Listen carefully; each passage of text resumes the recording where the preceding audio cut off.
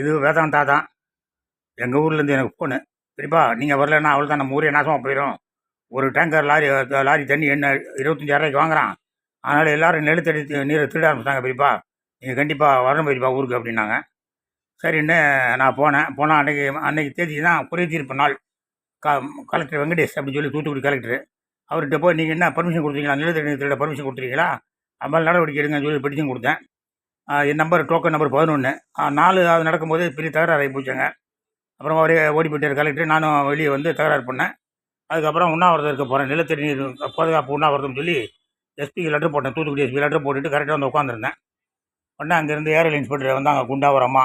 நீ என்ன பர்மிஷன் வாங்கிட்டியான்னாங்க. உன் எஸ்பிக்கு சொல்லியிருக்கவா, எஸ்பி உங்களுக்கு தகவல் சொல்லலையா, அவனே சொன்னேன். உடனே அந்த அம்மா, பார் உன்னை என்ன பண்ணுறான் பார், ரிமாண்ட் பண்ணிடுறான் பார். இப்போ என் தம்பி காமராஜ் அவர் வந்து கொஞ்ச நேரம் உட்காந்துட்டாரு கூட. அவர் உடனே 11 மணிக்கு அந்த வேனில் ஏற்றி கூட்டு போயிட்டாங்க பகல் 11 மணிக்கு. அப்புறம் 6 மணிக்கு எங்கே இருந்தோ ஃபோன் பண்ணி அந்த ஆளை அனுப்பிச்சிருங்க அப்படின்னு. அதெல்லாம் எப்படி கூட்டு வந்தீங்களோ அப்படியே கொண்டு விடுங்க, வண்டியில் தான் கொண்டு விடணும். சும்மாலாம் என்ன ஆழ்வார்த்திலேருந்து ஏரில் குரங்கி நடந்தெல்லாம் போக முடியாது அப்படின்னு. அப்புறம் ஏதோ பண்ணி எங்கள் ஊருக்காரனே வந்து என்னை கூட்டு வந்தான் திருப்பி. என்னால் தான் தூத்துக்குடி ஸ்டெர்லைட்காரை விரட்டப்பட்டான், நிலத்தடி நீர் ஸ்டெர்லைட் விரட்டப்பட்டான்.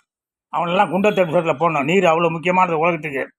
அவன் நிலத்தடி நீர் திருடி தூத்துக்குடி மாவட்டத்துடைய தண்ணி உப்பாகி போச்சு.